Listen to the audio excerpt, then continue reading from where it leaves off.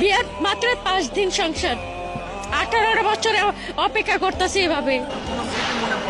এখনো স্মৃতি মনে পড়ে, হাতের রঙে মেহেদি ছিল তখন। এখনো মাঝে মাঝে মনে পড়ে যে আমার হাজবেন্ড যদি পাশে থাকতো তাহলে হাতের রঙের মেহেদি সবসময় থাকতো, কিন্তু আমার স্বামী নাই, হাতের রঙ ভালো একটা নাই। আমি অনেকটা মিস করতেছি আমার স্বামীকে। এখন যদি আমার জামাই থাকতো তাহলে আমি এখানে আমি আসতাম না, আমার স্বামীকে নিয়ে আমি আসতাম এখানে।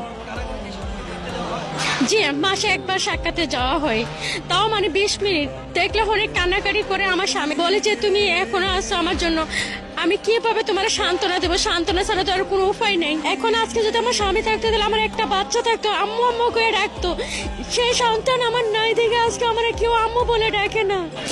আজকে যদি আমার স্বামী থাকতো তাহলে আমার কত সুন্দর একটা জীবন যেমন কাটাতে পারতাম ভাইয়া। আজকে আমার স্বামীরে নিয়ে ঘুরতে পারতাম, ভালো একটা খাবারের রেস্টুরেন্ট খাইতে পারতাম, স্বামীরে নিয়ে বাজার টাজার করে খাইতাম, ভালো একটা পরিবেশ হইতো। আমার বলছে তুমি আর কতটা আশ্বাস থাকবা? আমি কবে না কবে বার হয়, তোমার এখনো যৌবন আছে, তুমি বিয়ে করতেছো না কেন? আমি বিয়ে করতেছি না, তোমার অপেক্ষায় আসছি। তুমি মরলে আমি মরবো, তুমি বাচ্চা থাকলে আমি তোমার পাশে আসছি, যুদ্ধ করে হলে আমি তোমার পাশে আমি থাকবো। আজও আমি তোমার হাত ধরে আসছি, আমি তোমার হাত ছাড়তে পারবো না। আমি একবার কবুল করছি, আমি আর তৃতীয় আমি কবুল করতে চাই না।